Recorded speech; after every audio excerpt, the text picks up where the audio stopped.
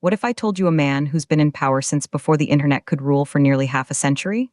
This is Kenya News Update today.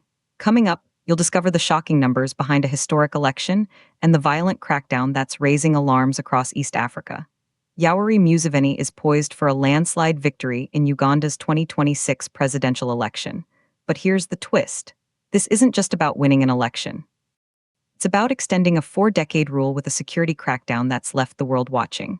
Meet Yoweri Museveni. He's 81 years old. He first took power in 1986 after a guerrilla war. That's before Nelson Mandela was freed, before the Berlin Wall fell.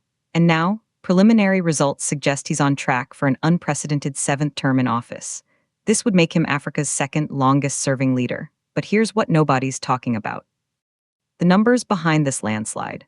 With 45% to 59% of polling stations reporting, early tallies show Museveni commanding between 75% and 76.25% of the vote. That translates to approximately 3.9 million to 5.1 million ballots.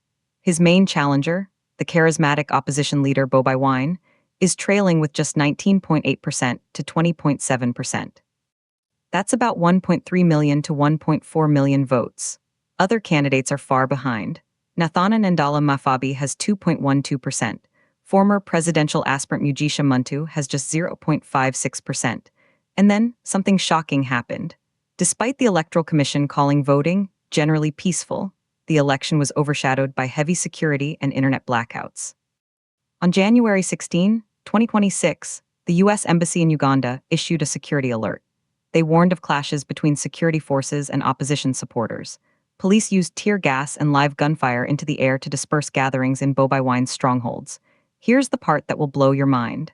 As in previous elections, Uganda experienced a partial internet blackout and social media restrictions.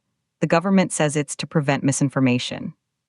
Critics say it undermines a free and fair election.